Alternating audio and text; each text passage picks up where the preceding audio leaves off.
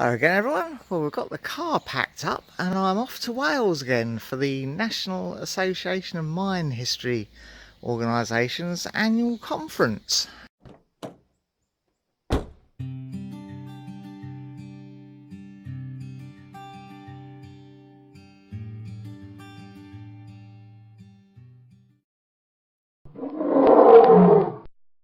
So I'm in the car today. I've decided not to bring the motorhome. I was thinking about it, but this trip's going to involve a lot of driving around and parking in isolated places and sort of small laybys, that sort of thing. And I might not get the motorhome in where I need to go. And also I'm going to have to keep packing it away and unpacking it all. So I think on this occasion it's going to be a little bit easier to take the tent and camp. Also, unfortunately, Nikki's not with me. She has been along to one of these conferences. She came when we went to Ireland in 2016, and there we stayed in a series of bed and breakfasts. But she's chosen to stay at home for this one, so it's just me off to Wales. There's no time to go to the campsite first. We're diving straight into our first mine trip of the weekend. As usual, I'd advise against entering any old mine workings unless you're competent and experienced. If you're interested in exploring old mines, then the best way is to join a mining history organisation. This place is a little damp just inside the entrance. Good headroom though, as when the mine was working in the 1800s, a pump rod ran overhead along this level from a water wheel outside. Opens up to a bit of a wider area here.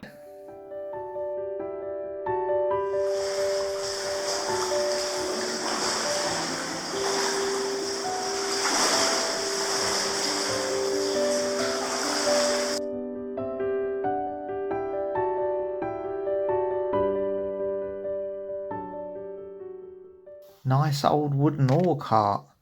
This mine was for galena, a lead ore.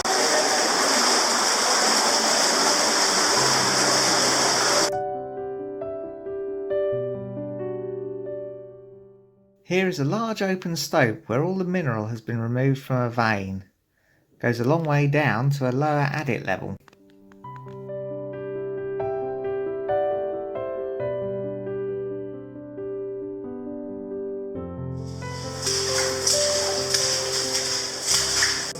We won't enter this lovely ochreous grotto to avoid damaging it. Here is an old shot hole, still with some of the clay stemming that would have contained the explosives before it was fired. This level was dammed off during the later period of the mine's working and used to supply water to the dressing floors outside.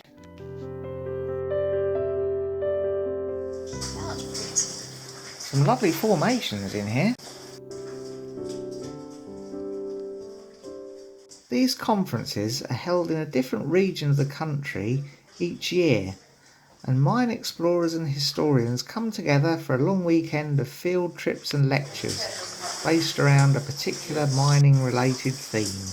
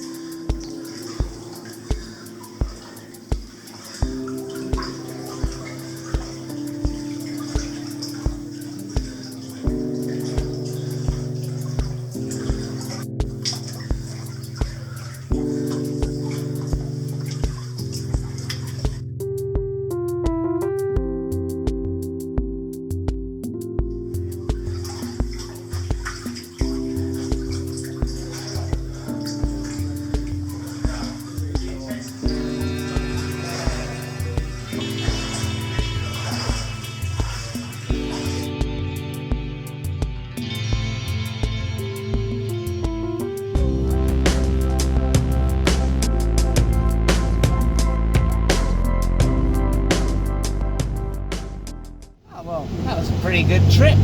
Now I've got to go and find some milk before I find the campsite, because I've got all the ingredients of tea other than milk, because I thought it might go off sitting in the hot car, so can't really camp without full facilities to make tea. So I believe there's a community shop somewhere near here, so I'm off on a mission to find that.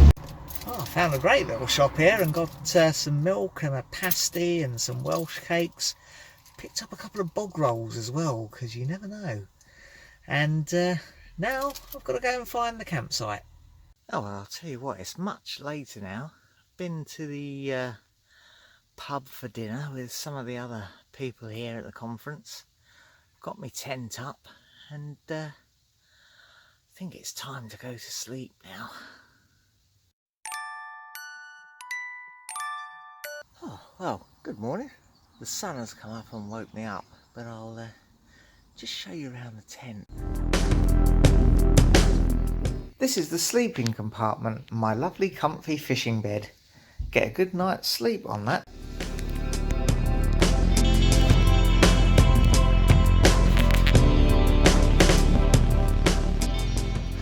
Into the front of the tent, and there's space to sit in the shelter, and my gas powered camping fridge and all the washing up bits and pieces. Then outside is the full tea making and catering facilities. You can see my undersuit is still drying from yesterday's trip. Well, it's a lovely sunny day in Wales, and I'm off to the first mine trip of the day. If I can find it, because I haven't brought an OS map with me, so I'm relying on the phone. Well, I found the trip meeting point okay here in the Cymyswith Valley. Loads of mines around here, look. Whole place is extensively mined out. Lovely day as well.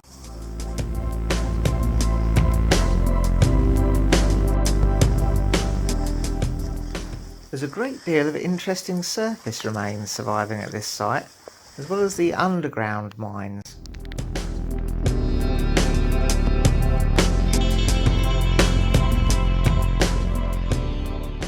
There's some massive stopes in these workings. Again, mainly lead and zinc were mined here.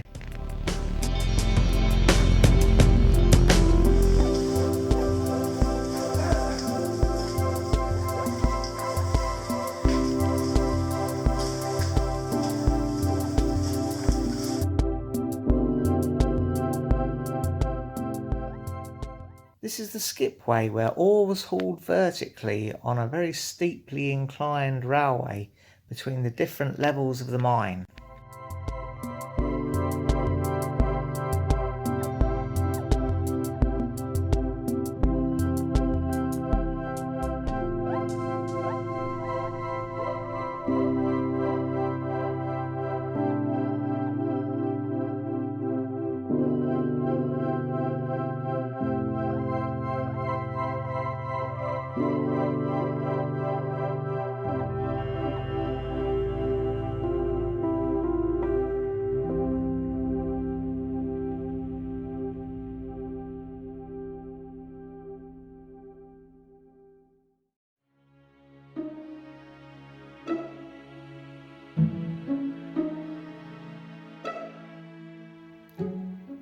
This ladder gives access to the top of the stopes seen earlier.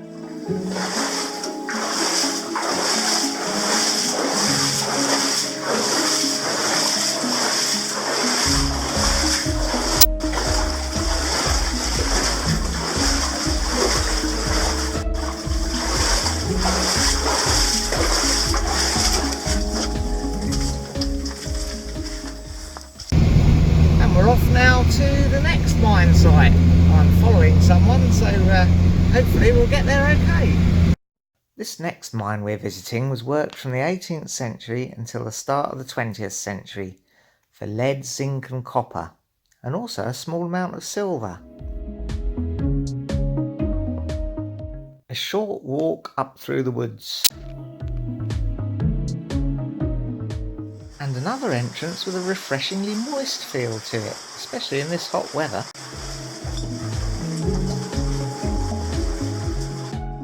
A bit of a clamber about.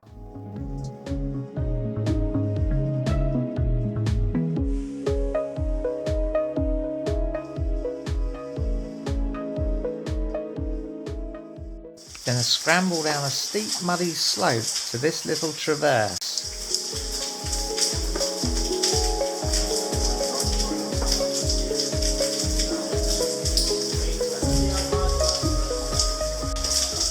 Nice open stope this.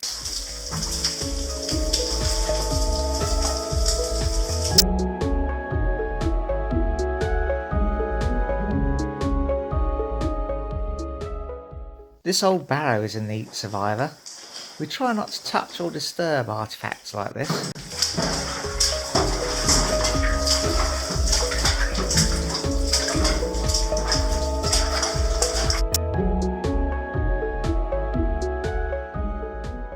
In the mud here you can still see clog prints from the old miners' days.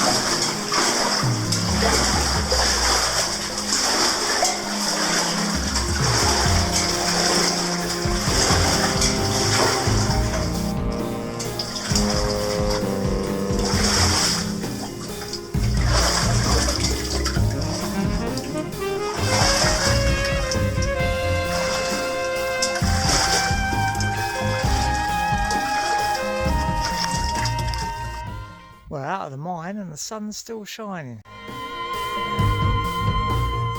Absolutely fantastic.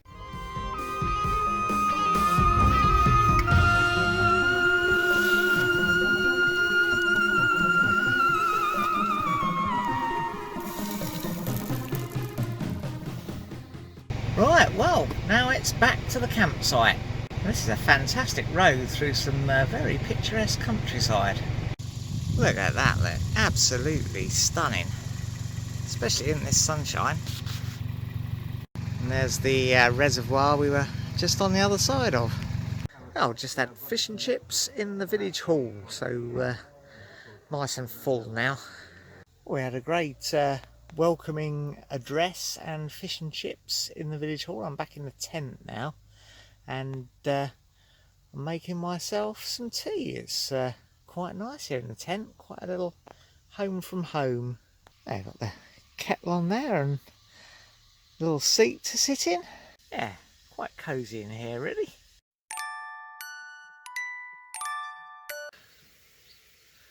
Right, it's a bit duller this morning, but got the kettle on for a brew. Oh well, cheers everyone. Today I'm going to spend the day, I think, or at least most of the day, listening to the conference lectures. Well, it was a very interesting morning of lectures. Particularly liked the guys from Poland who came over and showed loads of pictures of the salt mines there. That could well be due for a visit in the future. Anyway, I failed to book lunch, so I'm on a milk run to the nearest shop and possibly lunch in the cafe.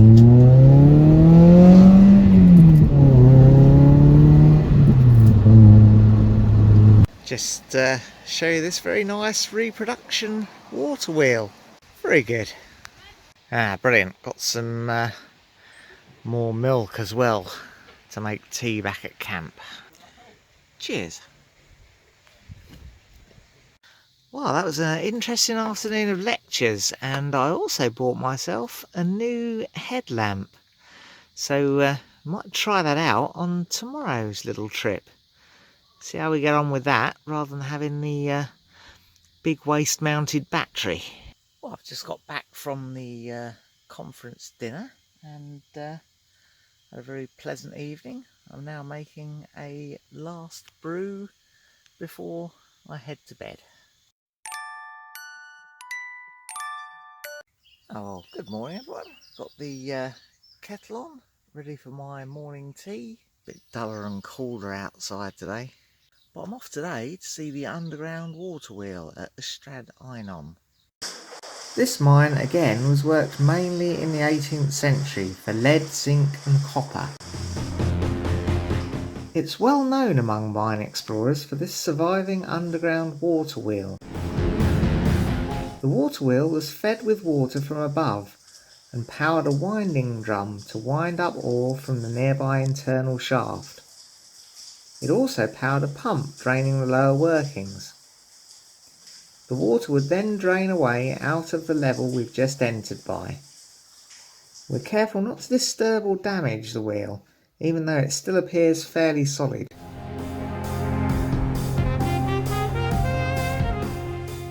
What an amazing place, eh?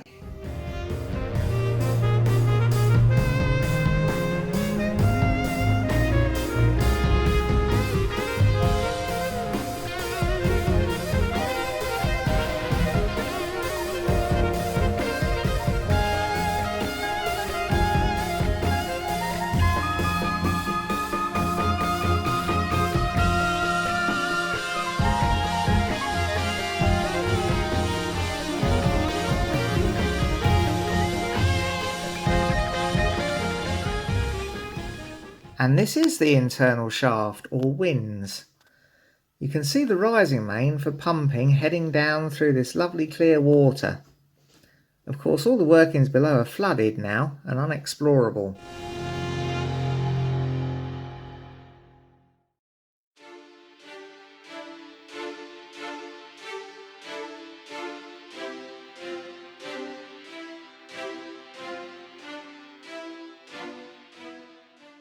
An ochre formation, ochre being essentially decomposed iron.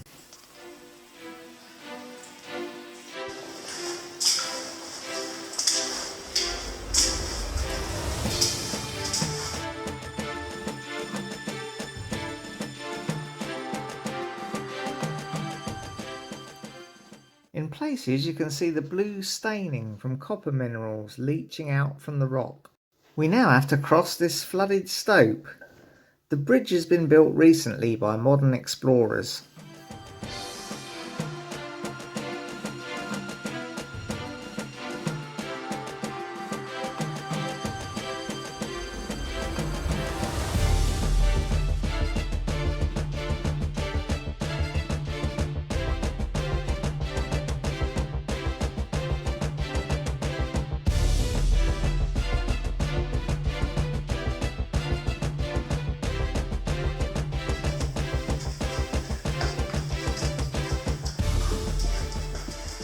Mind your head.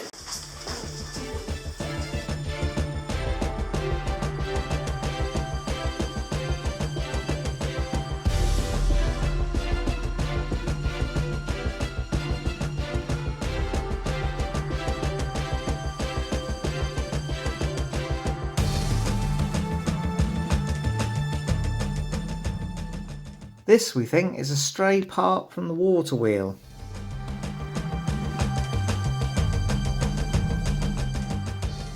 There's an upper section to explore as well. This is an iron kibble for raising ore, probably using the winder on the water wheel.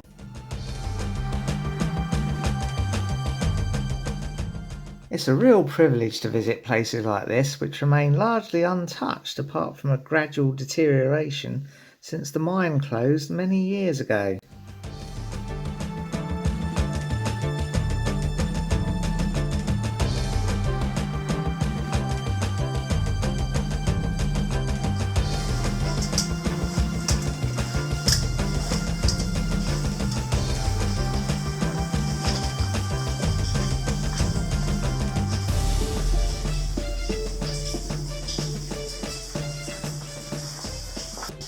This is the remains of a miner's working platform.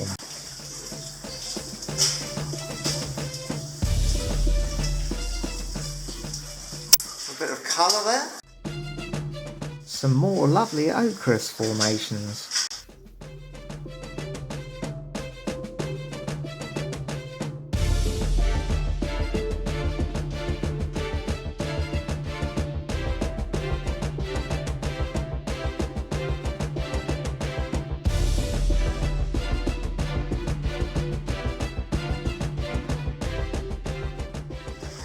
Well, thank goodness I found some deep water.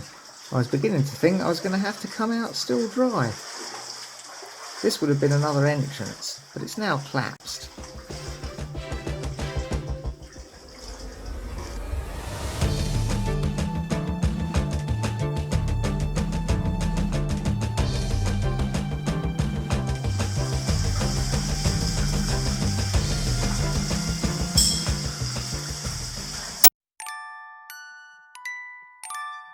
Well, it's the morning of the last day. I've got to take my tent down and pack everything away and then drive over to find the meeting point for our last mine trip. Oh, I've packed up my tent, but it's a little while before my trip starts, so I've come to have a look at the Miners' Bridge at Ttxela. And there it is down there. Let's have a walk down to it. Yeah, this is certainly a high up bridge. It's not an original Miners' Bridge, of course, it's a reconstruction, 2002 I think, but very nice.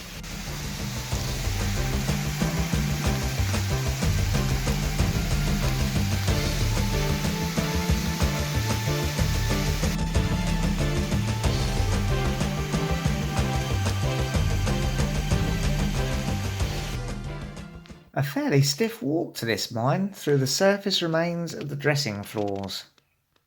This mine contains some good examples of a common mine exploring hazard, false floors. When a level intersects a mineral vein, it can be worked above and below the level, creating an open stope. To enable continued use of the level, a false timber floor is added.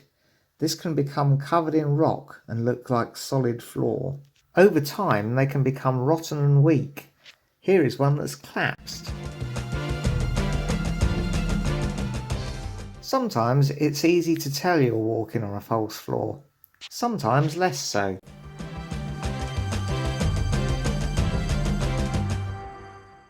This is what they look like from underneath.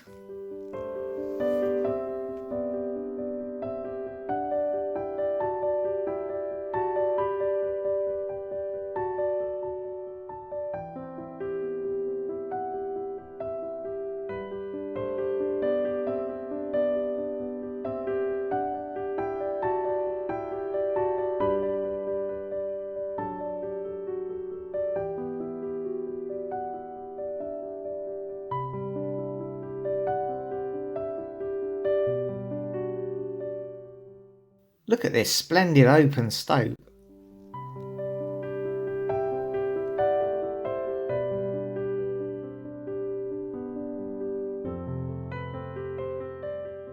Wow, this goes up a long way.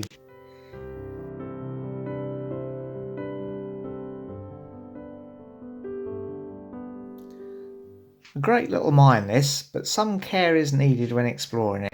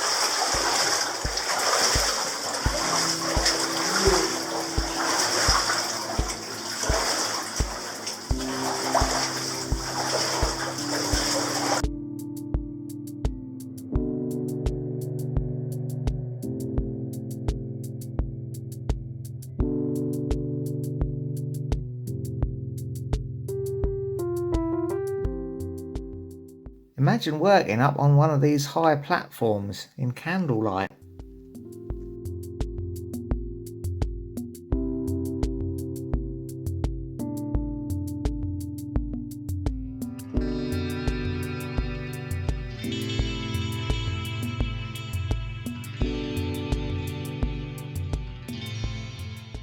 This bit of floor has collapsed away into the workings below.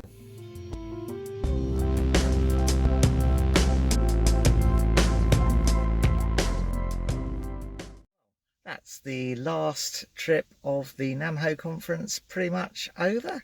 I'm changed and back in the car, and it only really remains for me to make my way home. It's 5 o'clock now, and it's going to be a long run back to Cambridge, I think.